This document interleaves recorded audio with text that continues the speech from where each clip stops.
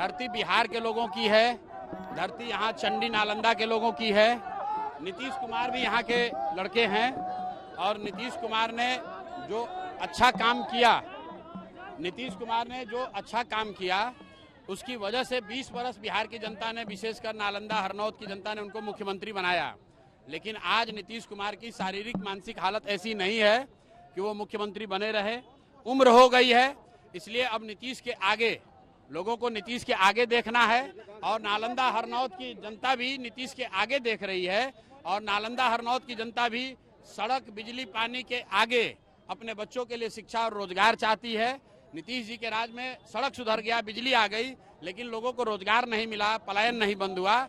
तो नालंदा में जरूर विकास हुआ है, दूसरे जिलों के मुकाबले ज्यादा विकास हुआ है, लेकिन यहाँ के लोगों की भी गरीबी खत्म नहीं हुई, यहाँ के लोगों के लिए, बच्चों के लिए भी पढ़ाई रोजगार नहीं हुआ। तो मुझे ऐसा लगता है कि अब नालंदा हरनौत की जनता भी नीतीश कुमार के आगे देख रही है। सड़क, बिजली, पानी से आगे बढ़कर लोग अपने बच्चों के लिए शिक्षा और रोजगार चाहते हैं, एक नई व्यवस्था चाहते हैं, जनसुराज चाहते हैं। मंगल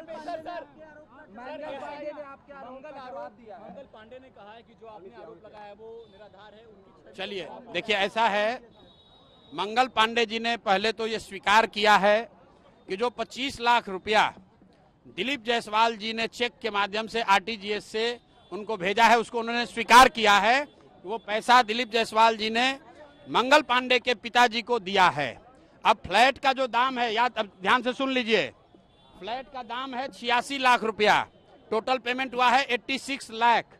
हमने कल सिर्फ घोषणा की, सिर्फ जानकारी दी है 25 लाख के बारे में। तो अब मंगल पांडे ये कह रहे हैं कि 25 लाख लिए तो थे लेकिन वापस कर दिए। तो चलिए, अगर वो बात मान भी ले तो अब आप लोग मंगल पांडे बता दें कि बाकी का 61 लाख रुपया कहां से आया था, वो बताइए, नहीं तो वो भी प्रशांत किशोर अब जारी करेंगे। उनको लग रहा है कि हमको पता नहीं है। जो 25 लाख रुपया का बताए हैं अभी, पहले तो मंगल पांडे फंस गए ये कह के, उन्होंने स्वीकार कर लिया कि हमने दिलीप जायसवाल से 25 लाख रुपया लिया था। सुनिए, अगर आपको उधार लेना था तो खुद काहे नहीं लिए, बाबूजी के अकाउंट में काहे लिए, वहां से छुपा के अपने पत्नी के अकाउंट में क्यों भेजे? और अगर आपकी सब बात मान भी लें कि आपने कर्ज लिया था, आपने वापस कर दिया, तो बाकी का 61 लाख कहां से लाए थे वो बताइए। और नहीं बताइएगा तो 7 दिन के अंदर हम बता देंगे कि 61 लाख रुपया कहां से आया है।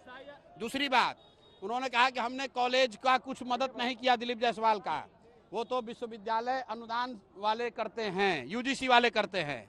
आप लोग को बता देते हैं, इसको भी कैमरे पर नोट कर लीजिए, पूछ लीजिएगा, जब तक यहाँ का स्वास्थ्य विभाग एनओसी नहीं दे तब तक कोई भी कॉलेज को, विश्वविद्यालय, डीम्ड यूनिवर्सिटी का नहीं मिल सकता है। तो सीधा क्विड प्रो को है। ये हेल्थ मंत्री रहते हुए इन्होंने दिल्ली में फ्लैट मंगल पांडे की मदद से खरीदा, उसके बदले में मंगल पांडे ने जो कॉलेज कब्जा किया है किशनगंज में, उसको डीम्ड यूनिवर्सिटी बनाने में इन्होंने मदद की, अपने विभाग से एनओसी दिलवाया। तो 2 सवाल मंगल पांडे के लिए कि 61 लाख रुपया जो आपने अभी तक नहीं जानकारी दी है, बताइए कि 61 लाख रुपया कहां से आया, किसने दिया? नहीं तो प्रशांत किशोर ये जानकारी पब्लिक को देंगे कि 61 लाख रुपया आपके पास कहां से आया था। और दूसरी बात, मंगल पांडे ये बताएं कि उनके विभाग ने एनओसी दिया है कि नहीं दिया है डीम्ड यूनिवर्सिटी देने के लिए। एक अंतिम बात मंगल पांडे के लिए, उन्होंने कहा कि एम्बुलेंस का कॉन्ट्रैक्ट दिए हैं, अभी पैसा नहीं दिए हैं।